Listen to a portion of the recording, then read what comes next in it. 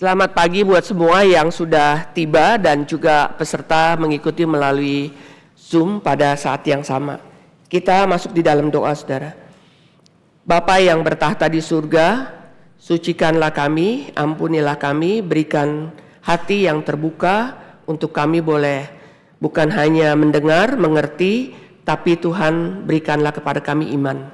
Sebagaimana Rahab, orang yang Tuhan selamatkan. Kami berdoa kiranya Tuhan menolong semua yang melayani, baik audio video, baik beberapa jemaat di Singapura yang membantu. Biarlah sungguh pelayanan ini boleh berkenan dan boleh memuliakan Tuhan. Dalam nama Tuhan Yesus kami berdoa. Amin. Saudara-saudara, di dalam pertemuan pada hari ini kita memasuki tahap yang kedua, ya. Tahap yang pertama Tuhan memakai Musa. Setelah dipersiapkan selama 80 tahun, lalu Musa dipanggil untuk membawa bangsa Israel keluar daripada Mesir, ya. Ini keluar. Namanya adalah exit atau exodus. Keluar dari Mesir, dikatakan menuju ke tempat yang Tuhan janjikan, ya. Ini namanya Kanaan. Kita tahu nama Kanaan, nama daripada keturunannya Nuh, ya. Nuh punya anak Sem, Ham, dan Yafet. Yang pertama Yafet, yang kedua itu Ham, yang ketiga itu Sem. Jadi bukan urutan nama yang di Alkitab itu 1, 2, 3, bukan, saudara. Ini Kanaan termasuk cucunya, ya. Jadi orang-orang Kanaan. Nah, Musa berada di dalam dunia selama 120 tahun. Jadi dia meninggal di Gunung Nebo. Di dalam waktu 40 tahun ini adalah waktu yang berharga. Karena selama 40 tahun baru Musa menyadari bahwa Allah itu segala-galanya, ya. God is everything.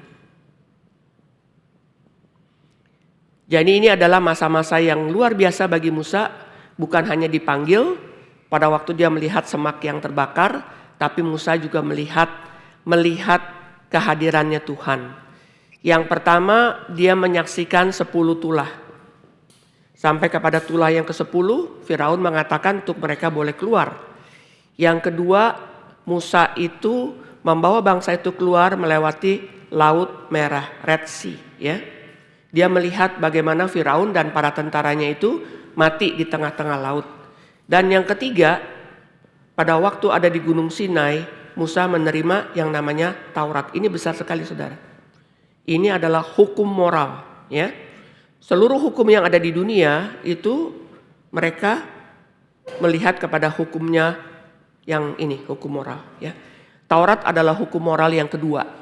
Karena hukum moral yang pertama itu di dalam Kejadian 1 ayat 16-17. Tuhan mengatakan, kamu boleh makan semua buah di dalam taman ini, tetapi ada satu pohon, yaitu pohon pengetahuan baik dan jahat, buahnya itu tidak boleh dimakan, ya. Mengerti baik dan jahat itu adalah hukum moral. Nah, hukum moral yang kedua itu adalah yang namanya Taurat. Manusia sudah melanggar hukum yang pertama, maka hukum yang kedua yang diberikan oleh Tuhan kepada bangsa Israel dan menjadi panduan buat kita semua, bukan menjadi satu hukum yang kita mampu untuk taati karena kita sudah jatuh dalam dosa, tetapi hukum itu menjadi satu bukti bahwa dari hukum itu manusia sadar kita sudah jatuh ke dalam dosa. Yang bisa mentaati seluruh hukum moral yang Tuhan tetapkan hanya satu, yaitu Kristus. Maka pada waktu Yesus mati di kayu salib, kita melihat bahwa dia bukan hanya menyelamatkan kita, dia juga memenuhi seluruh tuntutan Taurat. Satu-satunya manusia yang sempurna, ya.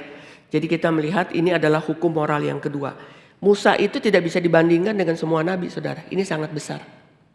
Jadi di dalam kitab Ibrani yang namanya dijelaskan dengan begitu besar, banyak. Yang pertama Abraham, kedua Musa. Nah, Patong lagi khotbah mengenai doanya Musa.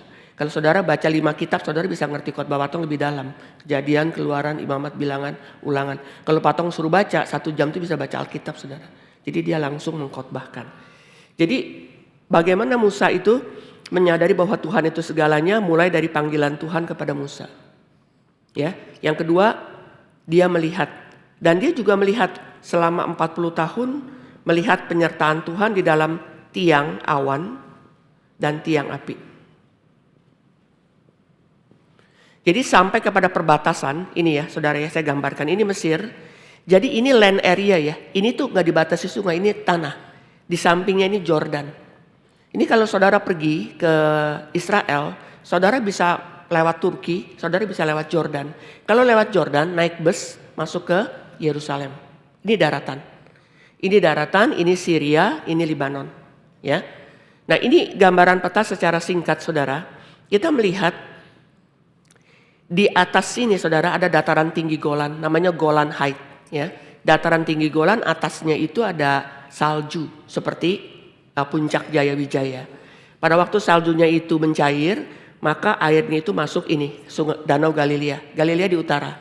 Lalu dia terus turun, ini Sungai Yordan ya, panjang.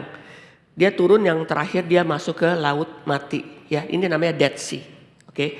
Jadi Sungai Yordan ini satu sungai yang sangat panjang saudara. Jadi mandek sampai kepada Laut Mati di sini. Nah pada waktu Musa dari Mesir ya mau masuk ke sini. Jadi Musa ini sudah menaklukkan daerah yang disebut the Transjordan. Ini Transjordan saudara. Jadi akhirnya di Transjordan ini dia sudah menaklukkan beberapa suku. Maka tanah di sini saudara itu dibagi kepada 3 suku. Yang pertama Ruben. Yang kedua itu adalah Manase. Manase ini dapat setengah. Ya. Setengah suku Manase, yang satu lagi sukunya Gad. Ini nanti kita bisa baca di dalam kitab Joshua. Tetapi Yosua mengatakan semua orang-orang Ruben, Manase, Gad yang laki-laki harus berperang untuk bisa menaklukkan ini. Ya, ini semua diduduki oleh orang-orang Kanaan yang tidak mengenal Tuhan. Nah kita melihat di sini di dalam Yosua pasal 2 imannya Rahab. Ini waktu mereka menyeberang. Jadi waktu Musa memimpin menyeberang laut. Waktu Yosua memimpin menyeberang sungai. Ya, sungai ini kalau tidak lagi masanya pasang, lebarnya kira-kira sekitar 20 meter dan cukup dalam. Ya, nggak bisa kita lewat demikian karena ada 3-5 meter. Maka imam itu harus masukkan kakinya ke sungai dengan membawa tabut perjanjian, baru air sungainya itu kering, saudara. Jadi kita melihat di sini, jadi Musa memimpin ya, dan di dalam 40 tahun dia bisa mengakui Allah itu segala sesuatu. Pada waktu kita baca Ibrani 11, baru kita menyadari Musa betul-betul melihat Mesir dengan segala kekayaannya itu tidak bisa dibandingkan dengan yang namanya ini saudara, kekayaan karena pengenalan akan Kristus. Kenapa Musa bisa mengenal Kristus? Karena di dalam Galatia pasal yang ketiga ya, mulai dari ayat yang ke-8. Dari 6 terus saudara, sampai kepada 9. Dia mengatakan, Tuhan sudah berbicara kepada Abraham bahwa keturunan Abraham itu menjadi berkat bagi dunia. Nah, kitab Kejadian sampai kitab Ulangan dituliskan oleh Musa. Maksudnya begini, Allah ya, God preach the gospel to Abraham in advance. Maka dia bisa mempunyai pengenalan akan Kristus. Di dalam kitabnya Musa, bagaimana kita melihat Kristus? Banyak saudara ya.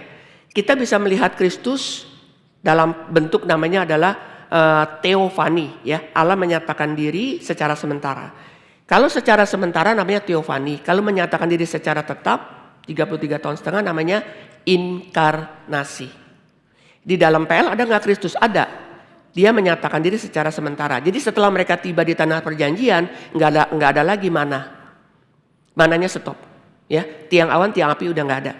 Ini menjadi pernyataan kehadiran Tuhan di tengah-tengah pada umat.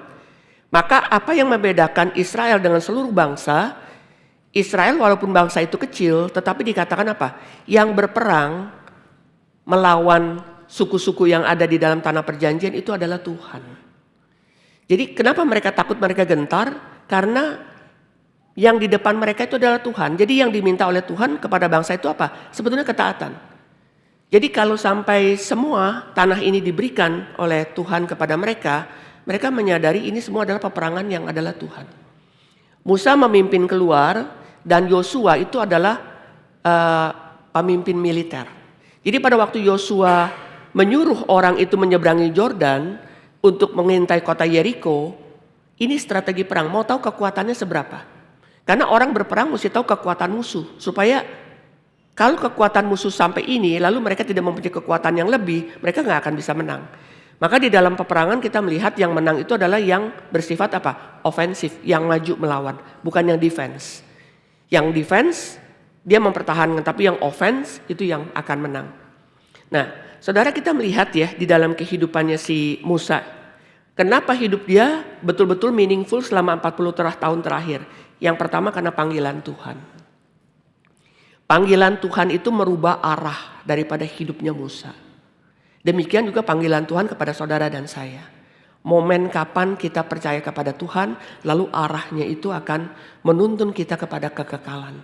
Itu menjadi satu hidup di dalam persekutuan dengan Tuhan. Nah, Musa dengan mata kepala melihat ini semua. Dan yang Musa lihat apa? Bahwa seluruh janji Tuhan yang Tuhan sampaikan kepada Abraham di Kejadian 12 itu semua digenapi. Jadi Musa di dalam panggilannya kepada Tuhan dan ketaatannya Musa kepada Tuhan, dia melihat penggenapan demi penggenapan demi penggenapan daripada janji Tuhan. Makanya kalau kita bisa simpulkan Allah itu setia, kita mesti melihat past tense. Dan sekarang bagaimana? Nah, kita melihat sekarang begini, dan kedepannya bagaimana? Ya.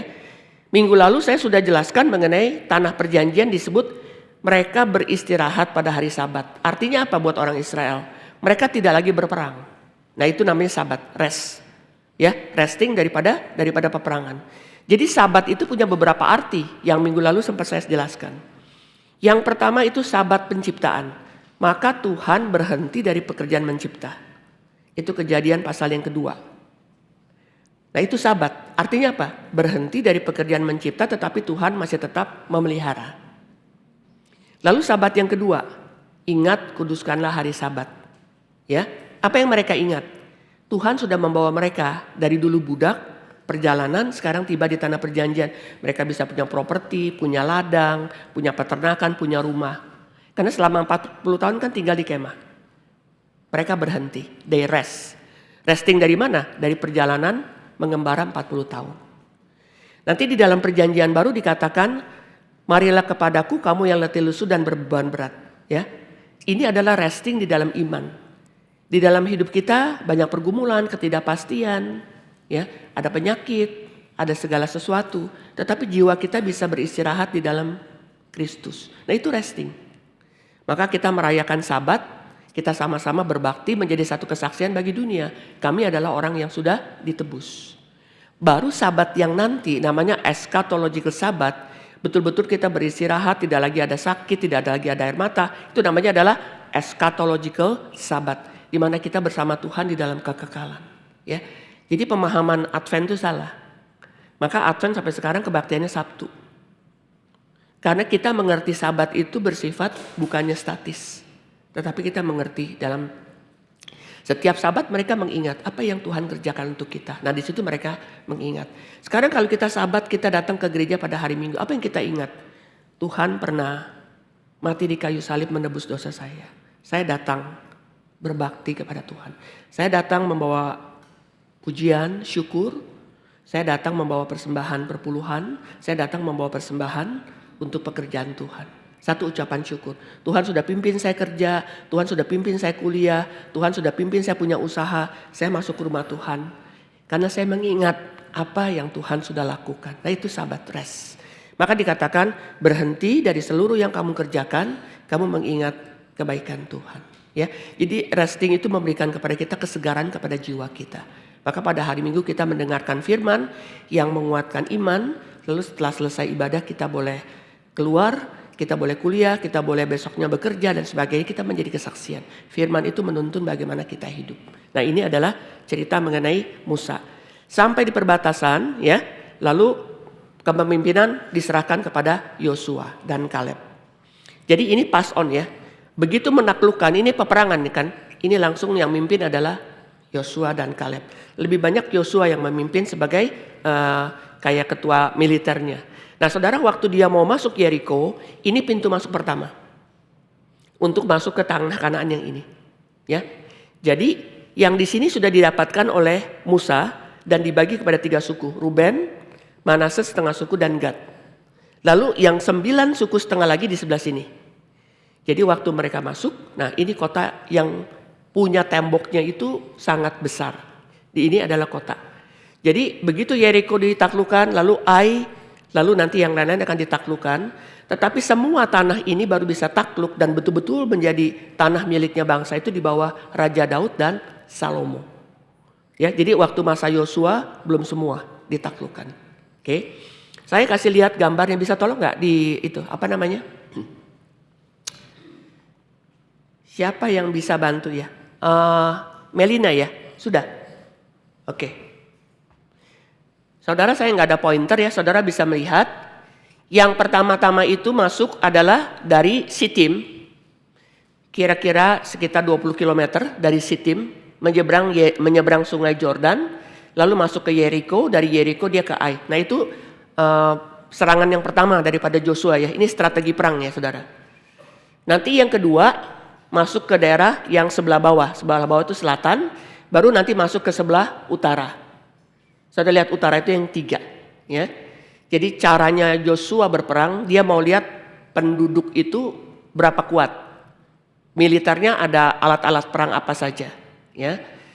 Saya tanya saudara, sebelum masuk ke tanah perjanjian, berapa pengintai yang Musa kirim, Yana? 12, ya. Sebelum masuk Yeriko, berapa pengintai yang Yosua kirim? 2. Ingat ya, 2. Kita nggak tahu namanya. Kita tahu namanya nanti di Matius 1 ayat 5. Salmon memperanakan siapa dari Rahab. Salmon memperanakan siapa? Boas. Boas sama Rut memperanakan Obed. Ya. Baru Obed melahirkan Isai. Isai itu papanya Daud. Jadi saudara lihat ya. Oke, gambar yang berikutnya. Nah, ini pada waktu sudah dapat semua ya pembagian tanah. Jadi yang secara peperangannya itu aktif saudara. Yang pertama itu Efraim. Yang kedua Yehuda. Mereka sangat ofensif ya. Ini dua suku. Efraim itu sukunya si Joshua. Yehuda, nah ini yang menurunkan Kristus. Jadi ini tanah pembagiannya demikian. Saudara lihat ya, di sebelah kanan ini ada Gad, Ruben, Manase. Ini tanah yang ditaklukkan zamannya Musa. Masuk ke dalam zamannya Yosua yang sebelah sini saudara. Yang ada Simeon, Efraim dan sebagainya. Akhirnya semuanya dapat di bawah daripada Daud. Ya, oke. Next gambarnya Melina. Nah saudara melihat ya, ini di atas tuh pegunungan, itu namanya Golan Heights. Kalau kita baca di koran, Golan Heights itu direbut kembali oleh Israel ya, di dalam peperangan tahun 19 berapa gitu. Nah itu direbut kembali, itu daerahnya Syria. Jadi air yang salju yang mencair itu turun ke sungai Jordan, lewat danau Galilea, nanti berakhir di Dead Sea. Saudara lihat ya, ada daerah Moab. Moab itu belum ditaklukkan ya, Moab. Masih ingat ceritanya siapa? Bileam, Moab. Kamu harus mengutuk orang Israel. Waktu Bileam dikasih duit sama Raja Moab, dikasih emas, dikasih sebagainya. Waktu mau buka mulut, bukan mengutuk, memberkati. Paham ya? Sampai dikasih hadiah lebih besar lagi, masih ingat ceritanya? Keledainya ngomong. Kan dia gak mau bergerak. Jadi kakinya si Bileam sampai ke tembok begini ketekan, dia pukul keledainya. Keledainya bilang, saya salah apa?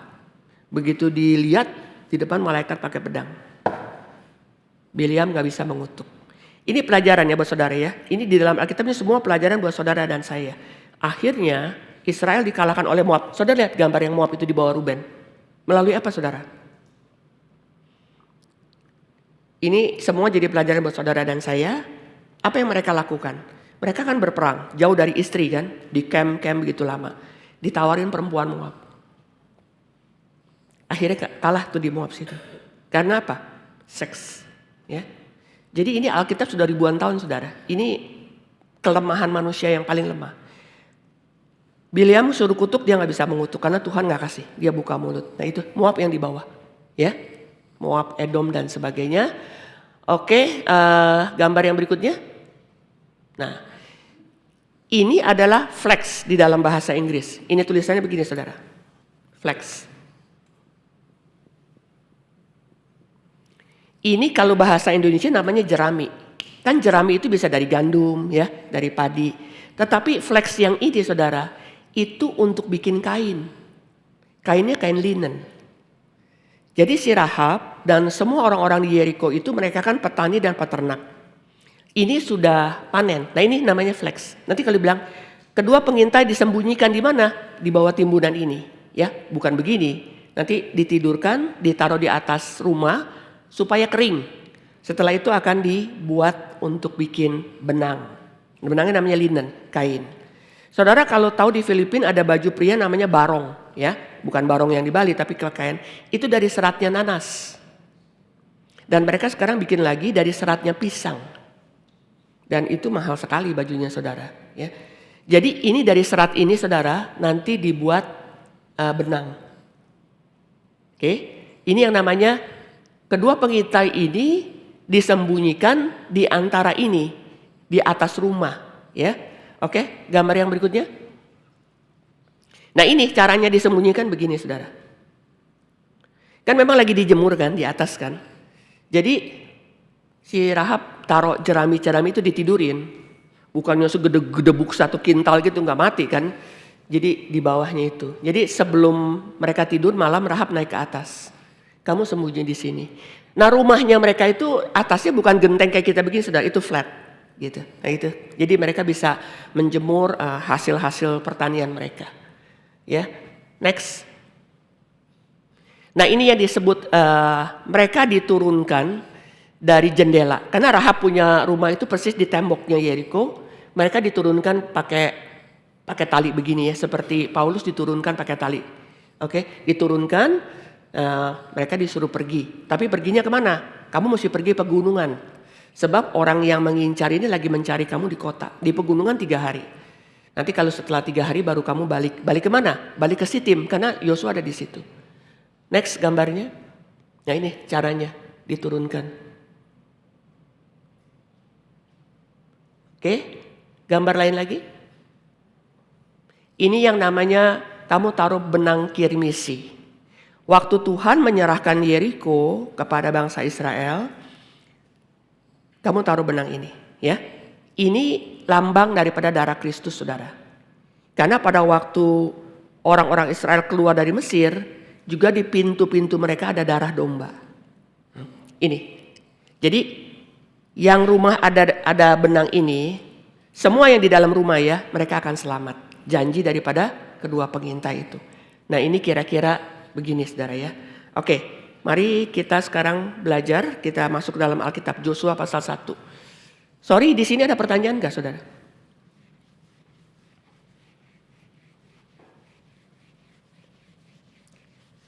Sekarang kita masuk ya di dalam peperangan.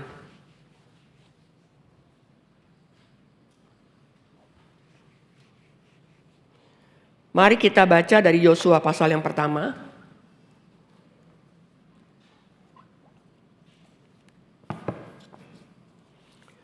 Saya bacakan yang ganjil, nanti saudara semua bacakan yang genap. Sesudah Musa hamba Tuhan itu mati, berfirmanlah Tuhan kepada Yosua bin Nun, abdi Musa itu demikian. Ayat 2.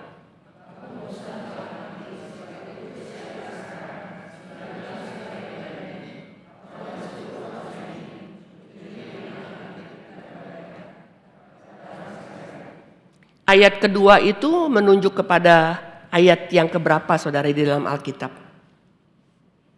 Ini kan firman Tuhan kepada Yosua ya. Hambaku Musa telah mati, sebab itu bersiaplah sekarang menyeberangi sungai Yordan. Musa menyeberangi Laut Merah. Terus Yosua menyeberangi sungai Yordan. Siap ya. Menuju negeri yang akan kuberikan kepada mereka. Tuhan berjanji kepada siapa itu? Abraham. Di dalam Kejadian 12 ya, ayat 1 sampai 3. Mari kita lihat. Kejadian 12 ayat 1 sampai 3 dan Kejadian 12 ayat yang ke-7.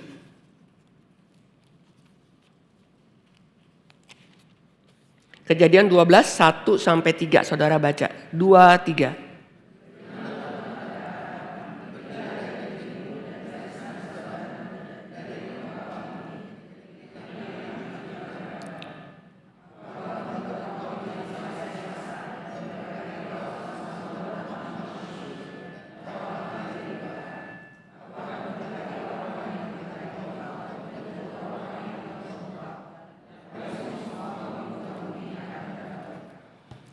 Saudara paham ya, dari Abraham sampai Musa waktunya itu 430 tahun.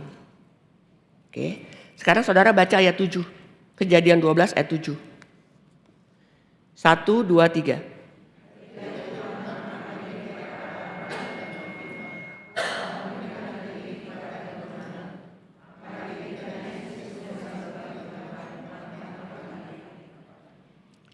Jadi saudara paham janji Tuhan memberikan ini itu di Kejadian 12. Ditegaskan di dalam ayat 7. Aku memberikan ini kepada keturunanmu. Dan ini diberikan kapan? Ini mulai masuk nih ke Yeriko. Ya. Jadi yang kita melihat semua bagaimana Musa menjalankan dan semuanya itu di dalam penggenapan akan janji Tuhan kepada siapa? Abraham. Sekarang saya bacakan yang ayat ketiga. Setiap tempat yang akan diinjak oleh telapak kakimu kuberikan kepada kamu, seperti yang telah kujanjikan kepada Musa. 4.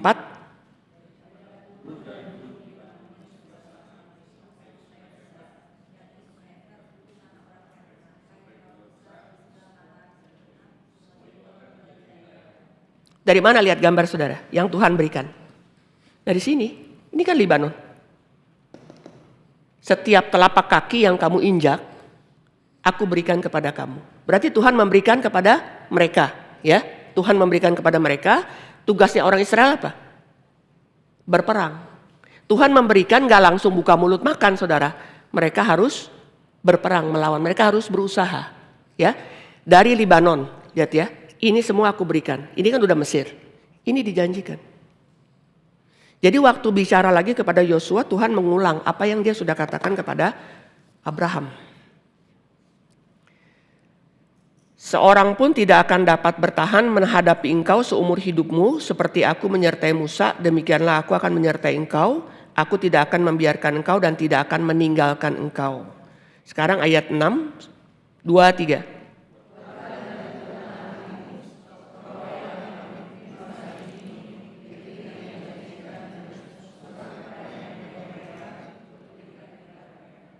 Jadi si Yosua itu harus mempunyai kekuatan, ya.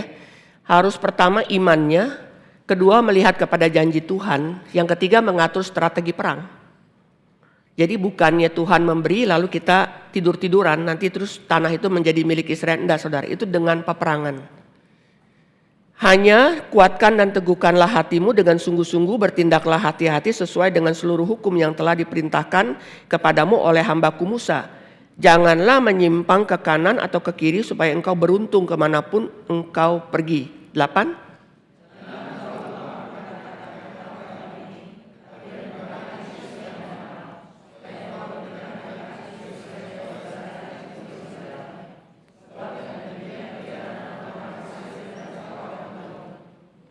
Ayat 10. Lalu Yosua memberi perintah kepada pengatur-pengatur pasukan bangsa itu katanya. 11, saudara baca.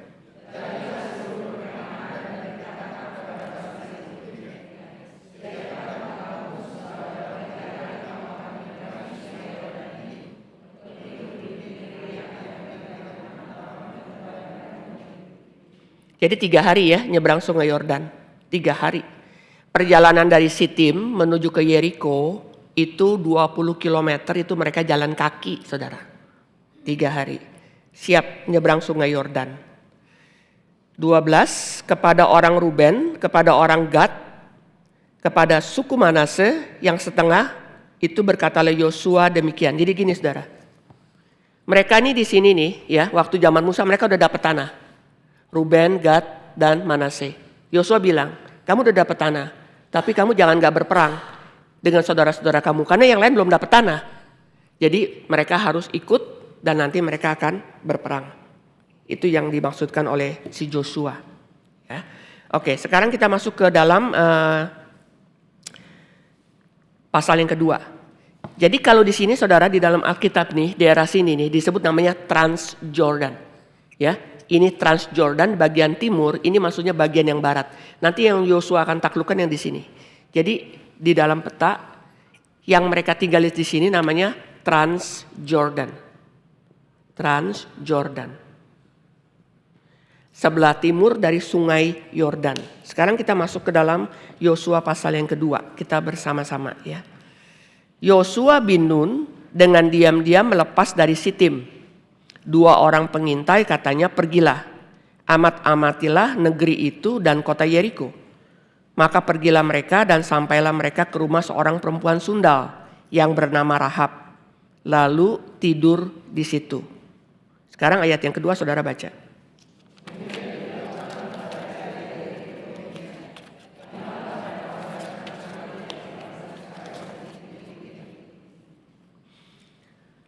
Maka Raja Yeriko menyuruh orang kepada Rahab mengatakan, bawalah keluar orang-orang yang datang kepadamu yang telah masuk ke dalam rumahmu sebab mereka datang untuk menyelidiki seluruh negeri ini. Saya tanya saudara, 2 pengintai itu ketahuan gak?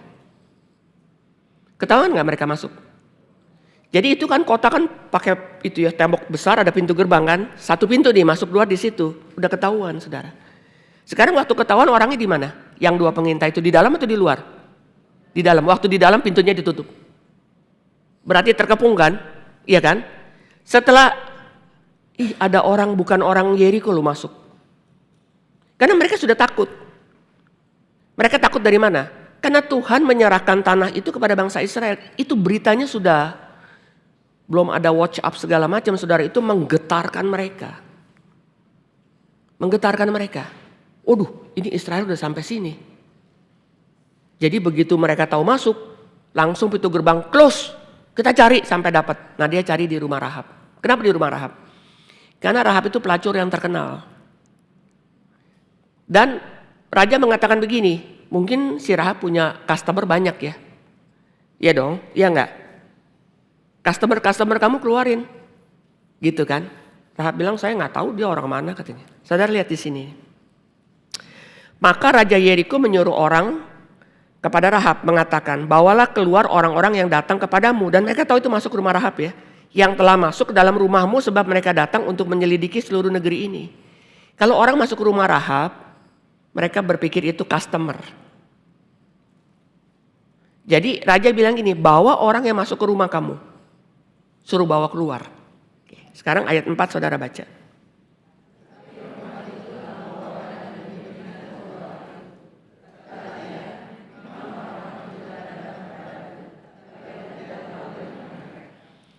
Saudara, kalau yang namanya Rahab, penduduk negeri, berani melawan raja, resikonya apa? Resikonya mati. Kalau misalnya digeladah gitu, ternyata ada, wah dia pasti mati. Jadi tindakannya Rahab ini bukan sederhana, oh di atas banyak jerami, tak umpetin aja, nggak segitu loh saudara. Dia tuh berhadapan dengan perintah raja, bawa keluar, karena yang jaga pintu gerbang udah lihat ada tamu, masuk dia ke rumah Rahab. Kalau yang masuk ke rumah Rahab, orang Yeriko, langganannya Rahab mungkin nggak dicurigai. Ini modelnya lain. Ya. Rahab mengatakan, memang orang itu datang, tapi saya tidak tahu dari mana. Ya. Sekarang ayat 5. Dan ketika pintu gerbang hendak ditutup menjelang malam, maka keluarlah orang-orang itu. Aku tidak tahu kemana orang-orang itu pergi. Segeralah kejar mereka, tentulah kamu dapat menyusul mereka. Saya tanya, apa yang dikatakan Rahab? 2 orang masuk. Menjelang malam mereka keluar. Sebelum pintu gerbang ditutup mereka keluar. Jadi asumsinya orang-orang itu pengejar itu maksudnya spy itu di mana? Di dalam atau di luar? Di luar. Memang mereka datang. Saya nggak tahu dari mana. Tapi sebelum pintu gerbang ditutup mereka sudah keluar. Jadi asumsinya kamu mau kejar-kejar di sana di luar, jangan di dalam. Dan ketika pintu gerbang hendak ditutup menjelang malam, maka keluarlah orang-orang itu. Dan aku tidak tahu kemana orang-orang itu pergi, segeralah kejar mereka. Tentulah kamu dapat menyusul mereka. 6.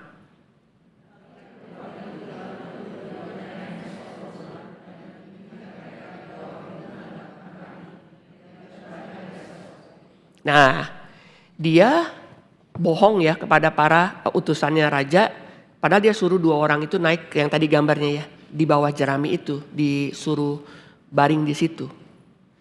Ayat 7, maka pergilah orang-orang itu mengejar mereka ke arah sungai Yordan, ke tempat-tempat penyeberangan dan ditutuplah pintu gerbang segera sesudah pengejar-pengejar itu keluar. Jadi pintu gerbang ditutup, lalu yang kejar, karena si Rahab bilang dia keluar, mereka sampai ke sini saudara. Dia pikir udah lagi lari nih mau nyebrang ya, pasti ketangkap. Sampai ke sini ke sungai, padahal tuh orang ada di atas. Si Rahab lagi sembunyikan. Ayat 8 saudara baca.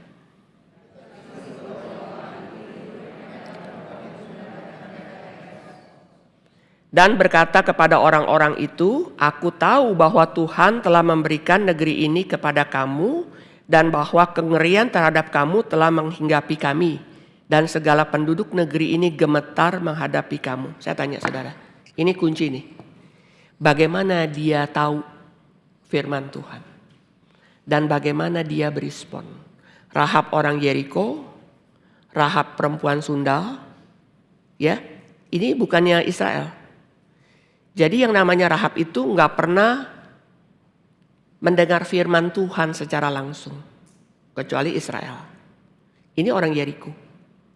Orang Yeriko menyembah berhala. Orang Yeriko yang menjadi perempuan sundal udah masuk kepada orang-orang yang udah kelas keberapa begitu ya. Dan dia mengatakan, aku tahu. Saya tanya saudara ya, aku tahu ini dari mana? Saudara tahu di dalam Roma 10 ayat 17, iman timbul dari mendengar. Faith comes by hearing and hearing the word of God. What did she hear? Apa yang dia dengar? Apa yang dia dengar? Yang pertama ya, yang dia dengar. Itu Kejadian 12 ayat 7. Aku memberikan tanah ini kepada keturunanmu. Sekarang orangnya sudah ada di sini nih, lagi berkemah. Di dekat situ mereka berkemah kan, 2 jutaan orang. Sekarang 2 pengintai masuk. Berarti ini waktunya nih. Bayangin saudara itu 430 tahun. Beda waktunya. Waktu Tuhan bicara kepada Abraham. Sampai sekarang nih kejadiannya ini nih. Jericho itu udah 430. Aku tahu. Dari mana si Rahab beriman? Gak ada KKR. Ya, gak ada Kapin. Gak ada KKR regional. Gak ada. Speak gak ada.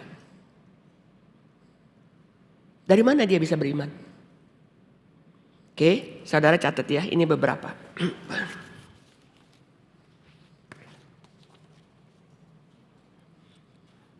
Ini ada teror atau ketakutan.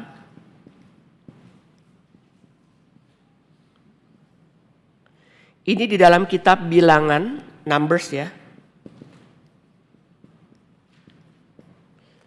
Lalu bisa dibaca lagi Yosua 12 ayat 1 sampai 6. Lalu Ulangan Deuteronomi 2 30 sampai 37. Lalu 3 1 sampai 8. Lalu ada Yosua 24 ayat 15.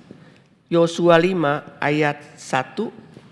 Yosua pasal 3 ayat 10. Saudara bisa baca nanti di rumah, tetapi hari ini kita coba buka dari kitab Bilangan. Oke, Bilangan saudara. Bilangan 21. Ini ya. Bilangan ini zamannya si Musa saudara. Bilangan 21 kita baca ayat 21 sampai kepada 35.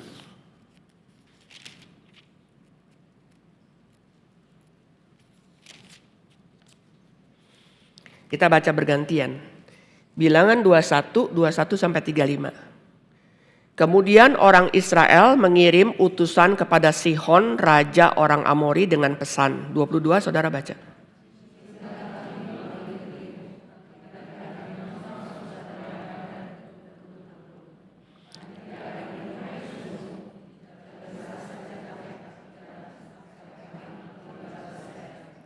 Tetapi Sihon tidak mengizinkan orang Israel berjalan melalui daerahnya. Bahkan ia mengumpulkan seluruh laskarnya lalu keluar ke padang gurun menghadapi orang Israel. Dan sesampainya di Yahas berperanglah ia melawan orang Israel. 24.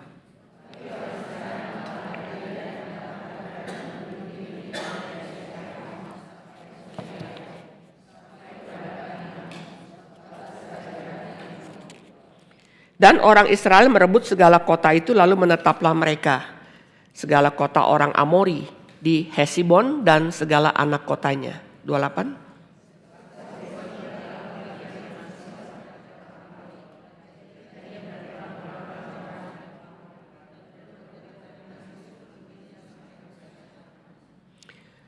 Itulah sebabnya penyair-penyair berkata, datanglah ke Hesibon, baiklah dibangun dan baiklah diperkuat kota kediaman Sihon itu.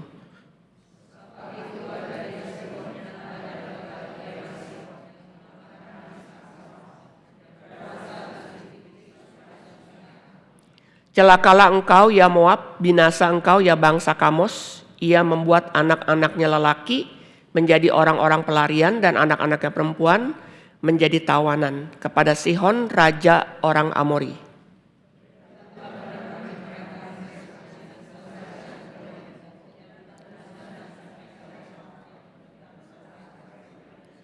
Demikianlah orang Israel diam di negeri orang Amori. 32.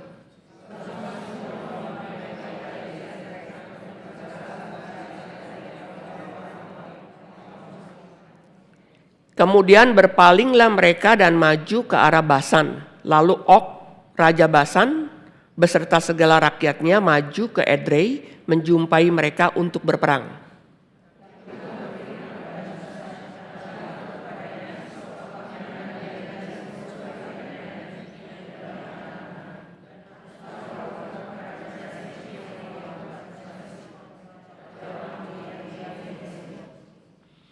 Maka mereka mengalahkan dia dan anak-anaknya dan seluruh rakyatnya, sehingga seorang pun dari mereka tidak ada yang dibiarkan terlepas, lalu mereka menduduki negerinya. Saudara tahu Og itu raja apa?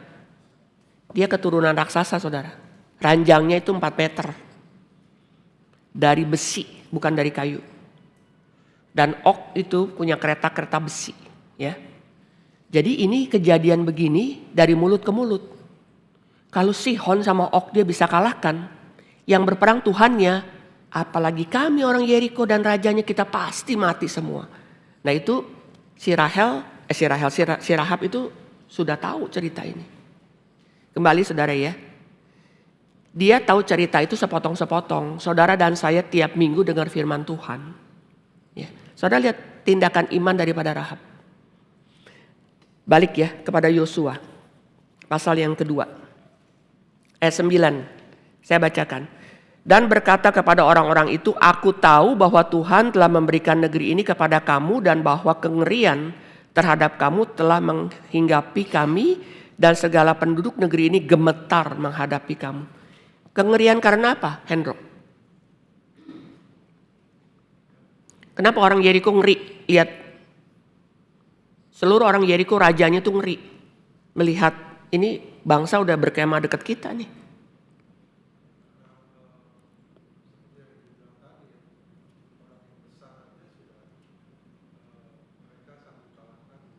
Dua raja itu bisa dikalahkan ya, Sihon dan Og. Waduh, kita ini udah kayak belalang nih pasti. Ya. Dan yang membuat Rahab itu kuat apa? Waktu dia menyembunyikan pengintai, dia bukan asal-asalan saudara. Dia tahu Tuhan akan menyerahkan ini, maka tindakan dia sesuai dengan janji Tuhan. Tuhan akan menyerahkan ini kepada bangsa Israel. Jadi dia melakukan tindakan, menyangkal dirinya, merelakan dirinya bisa menjadi mati ya kalau ketahuan. Karena janji Tuhan. Kepada siapa? Abraham. Aku memberikan tanah ini kepada keturunan kamu. Abraham sudah meninggal umur 175. Ini kan 430 tahun. Tetapi Allah yang berjanji itu setia. Jadi tindakannya si Rahab itu bukannya asal-asalan saudara. Maka dikatakan di dalam Ibrani 11 ayat 31. Rahab menjadi orang yang dibenarkan ya. Di dalam urutan orang beriman itu ada nama Rahab saudara. Dan dia pelacur. Kenapa? Karena yang dia lakukan berdasarkan janji Tuhan. Sekalipun kesempatan Rahab boleh mendengar firman. Itu minim sekali. Minim sekali. Dia katakan apa?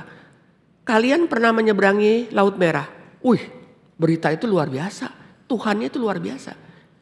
Yang berikutnya, ini Raja Moab, Sihon dan Og, orang Amori bisa dikalahkan. Wah, itu masih keturunan raja. Kayak si Goliat ya, dari orang Refidim.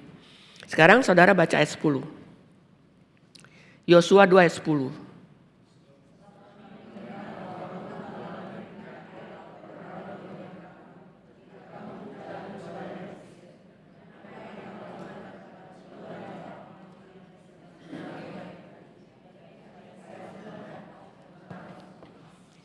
Nanti di rumah ya, waktunya kan nggak keburu. Saudara baca ini. Ceritanya Sihon dan Og. Yang disebut sama si Rahab. Sihon dan Og ini kedua raja orang Amori. Ini ada di dalam Ulangan. Ulangan itu Deuteronomi. Ulangan 2, 30, 37. Ulangan 3, 1 sampai 8. Lalu Yosua 12, 1 sampai 6. Yosua 24 ayat 15 ya. Saudara bisa baca nih ceritanya si Sihon dan Og nanti aja kalau udah pulang. Oke, teruskan. 11. Ketika kami mendengar itu, tawarlah hati kami dan jatuhlah semangat setiap orang menghadapi kamu. Sebab Tuhan Allahmu ialah Allah di langit, di atas, dan di bumi di bawah. Ini imannya berkait kepada pengenalannya akan Tuhan.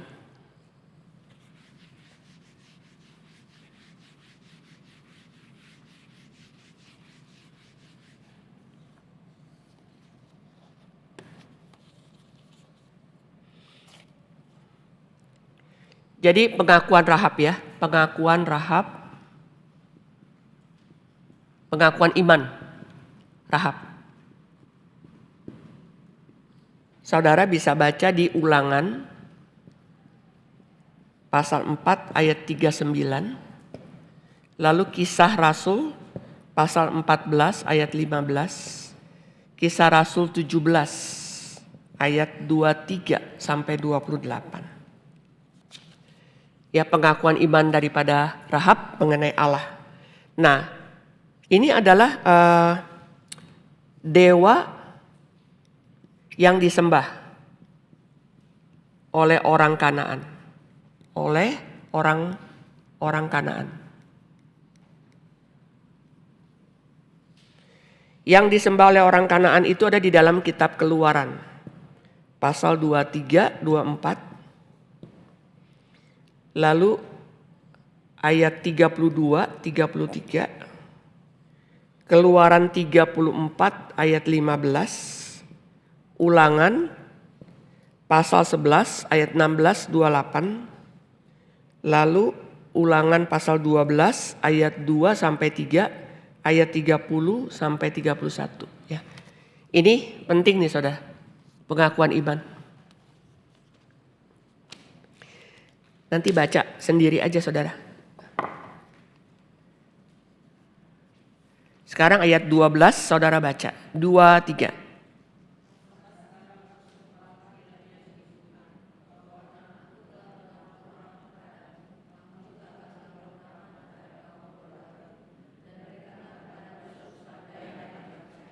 Tanda yang dapat dipercaya ya. Itu namanya scarlet ribbon.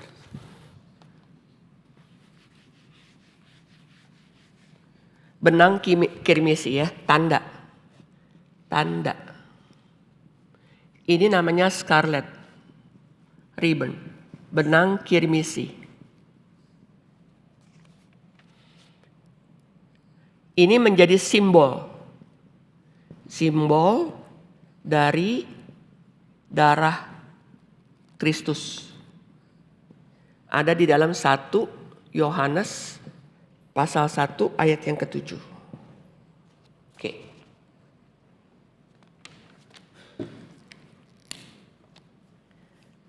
Maka sekarang bersumpahlah kiranya demi Tuhan bahwa karena aku telah berlaku ramah kepadamu, kamu juga akan berlaku ramah terhadap kaum keluargaku. Dan berikanlah kepadaku suatu tanda yang dapat dipercaya. Bahwa kamu akan membiarkan hidup ayah dan ibuku, saudara-saudaraku laki-laki dan perempuan, dan semua orang mereka dan bahwa kamu akan menyelamatkan nyawa kami dari maut. 14 saudara baca. 2, 3.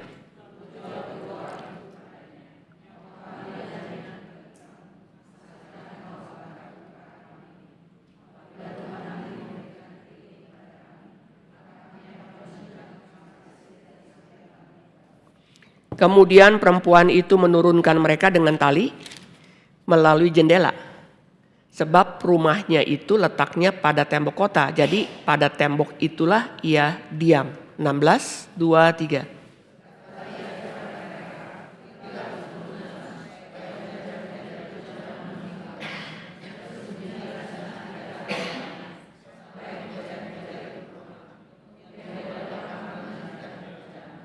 Kenapa disuruh pergi ke pegunungan? Kenapa Rahab bilang kamu pergi ke pegunungan 3 hari? Kenapa saudara? Karena yang ngejarnya itu kemana? Ke Sungai Yordan. Setelah 3 hari baru kamu balik ke Sitim, ya, mesti lewat Sungai Yordan. Jadi suruh nunggu di atas gunung saudara. Kedua orang itu berkata kepadanya, kami akan bebas dari sumpah kami ini kepadamu yang telah kau suruh kami ikrarkan. 18.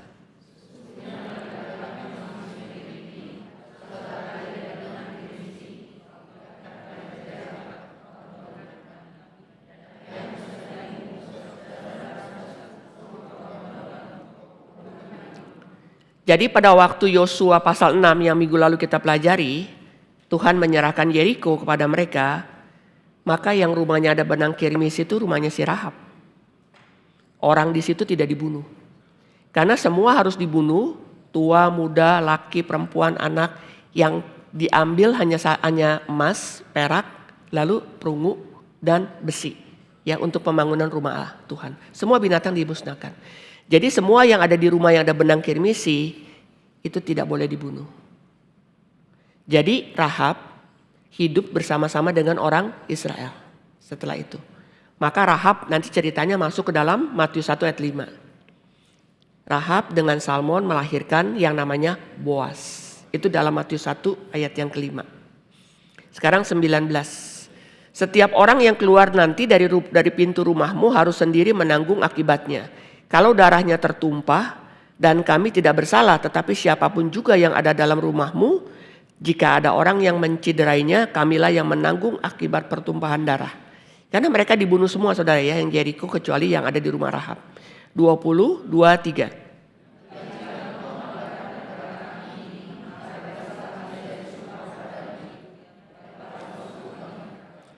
Perempuan itu pun berkata, seperti yang telah kamu katakan demikianlah akan terjadi. Sesudah itu dilepaskannya orang-orang itu pergi, maka berangkatlah mereka, kemudian perempuan itu mengikatkan tali kirmisi pada jendela. 22.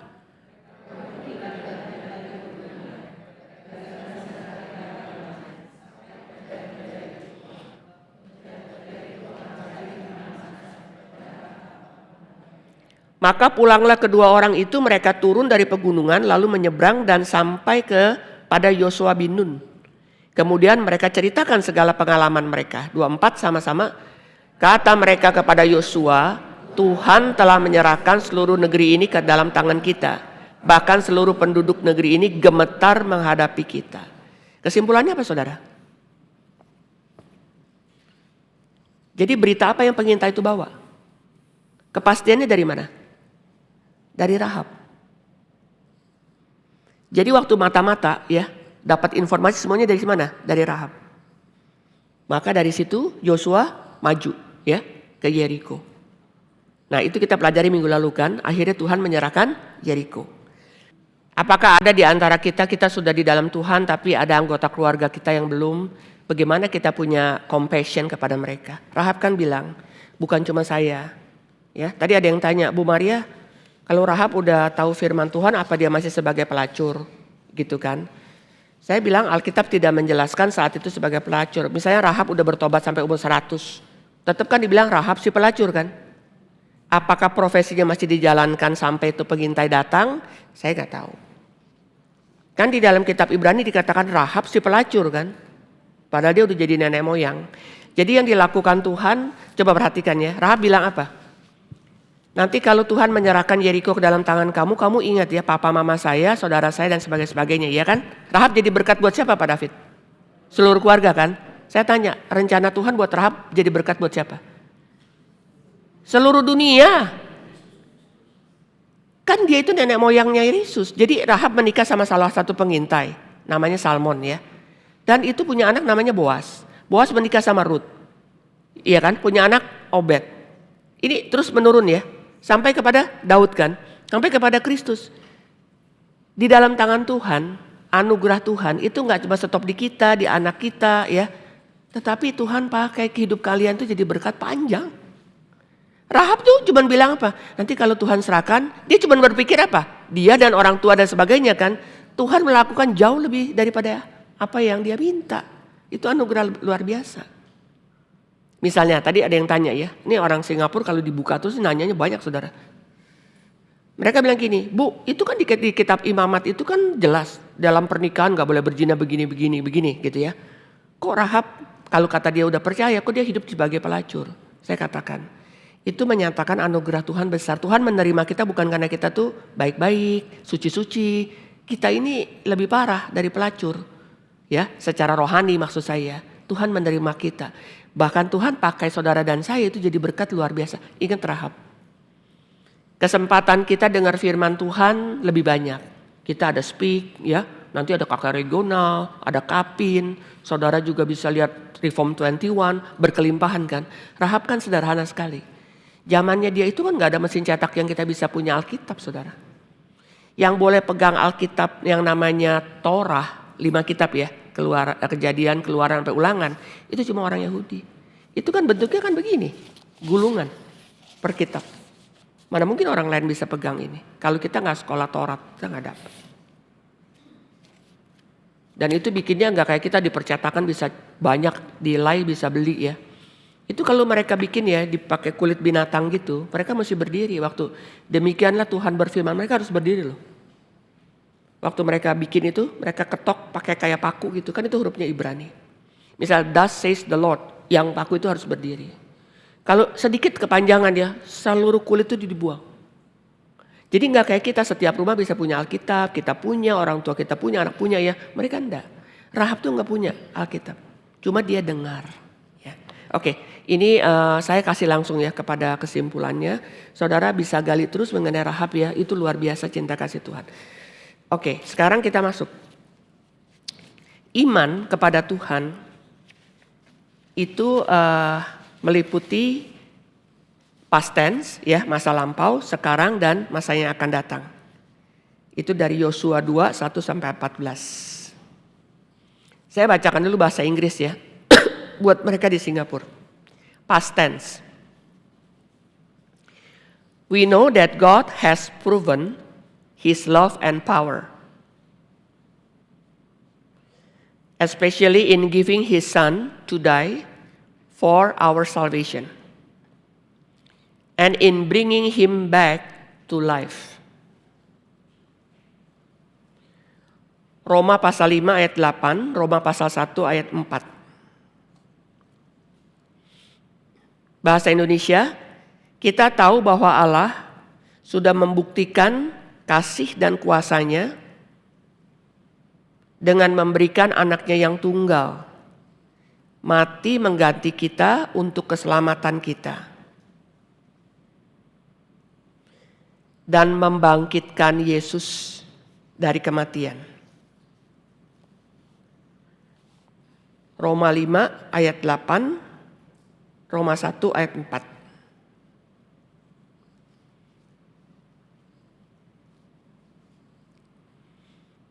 Jadi ingat cerita Rahab ya. Dia melihat apa? Kejadian 12 ayat 7. Tuhan memberikan tanah ini kepada keturunan Abraham. Itu masa lampau. Nah iman kita nih sekarang.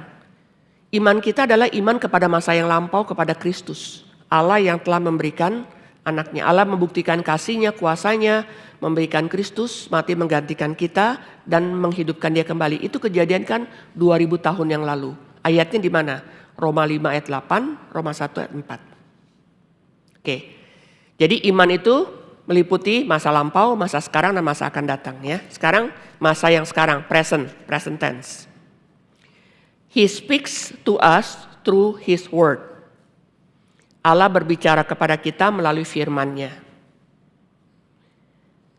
God hears our prayers.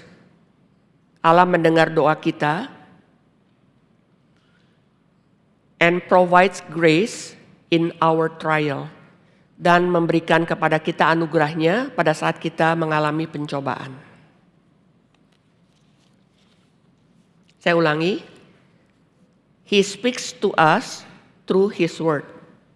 Dia berbicara kepada kita melalui firman, hears our prayers, mendengar doa kita, and provides grace in our trials, dan menyediakan anugerahnya pada saat kita mengalami pencobaan. Ayat Alkitabnya ya. Hebrew chapter 1 verse 1 to 4. Ibrani 1 ayat 1 sampai 4.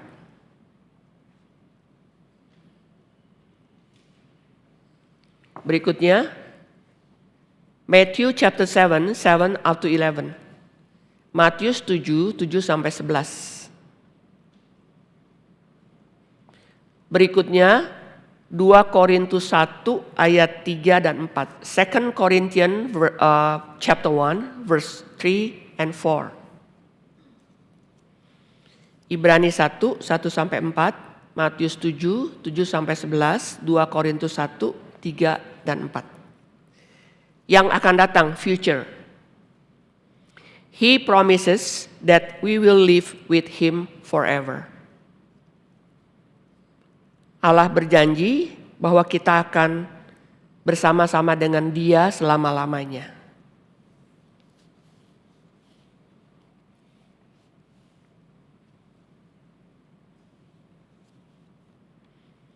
Catatan berikutnya, trust atau iman ya, meliputi 3 tenses ya. Tenses itu adalah keterangan waktu, saudara. The first, reflect on God's faithfulness in the past and present. Reflect on God's faithfulness in the past and present. Jadi kita melihat kepada kesetiaan Tuhan pada masa yang lalu dan saat ini. Yang kedua, we will have good reason to trust Him for the future. We will have good reason to trust Him for the future. Kita mempunyai cukup alasan untuk mempercayai Dia untuk masa yang akan datang.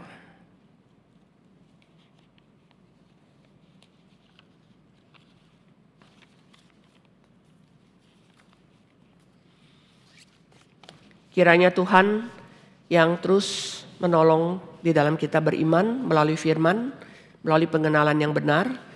Maka saya harap kita sebagai anak-anak Tuhan jangan jauh dari firman, dari persekutuan dan juga dari pelayanan Tuhan. Ingat Rahab, hidupnya, pikirannya dia cuma orang tua dan saudara dia, tetapi yang Tuhan lakukan melalui dia itu buat seluruh dunia. Ya, biarlah hidup saudara dan saya nggak cuma untuk anak kita, saudara kita, tetapi iman yang Tuhan beri boleh untuk keturunan-keturunan kita dan orang-orang mungkin di luar pemikiran kita ya. Tuhan memberikan anugerah. Kiranya Tuhan pakai saudara dan saya. Mari kita berdoa, saudara. Sangat luar biasa cinta kasih Tuhan di dalam kehidupan kami yang tidak layak. Sebagaimana Tuhan menerima Rahab, Tuhan menerima kami. Biarlah perbuatan Rahab yang didasarkan atas iman dan pengakuannya akan Tuhan, satu-satunya yang esa. Biarlah iman itu juga nyata di dalam kehidupan, dalam perkataan dan perbuatan kami. Tuhan memakai Rahab di luar daripada pemikirannya. Rahab hanya berpikir Tuhan menyelamatkan dia, papa mama dan keluarganya, kakak adik. Tetapi Tuhan melalui keturunan Rahab menyelamatkan dunia ini. Tuhan biarlah hidup kami, gereja kami di mana kami boleh beribadah dan melayani, Tuhan pakai menjadi berkat. Firman yang Tuhan beri kepada kami tidak berhenti pada diri kami, tetapi boleh terus-menerus menjadi berkat bagi semakin banyak orang. Pakailah kami untuk boleh terus mempunyai iman, bukan hanya kami melihat ke belakang, kami juga belajar mempercayai Tuhan akan hidup kami ke depan. Di dalam nama Tuhan Yesus kami bersyukur untuk firman yang boleh kami pelajari. Dalam nama-Mu Tuhan kami serahkan hidup kami. Amin.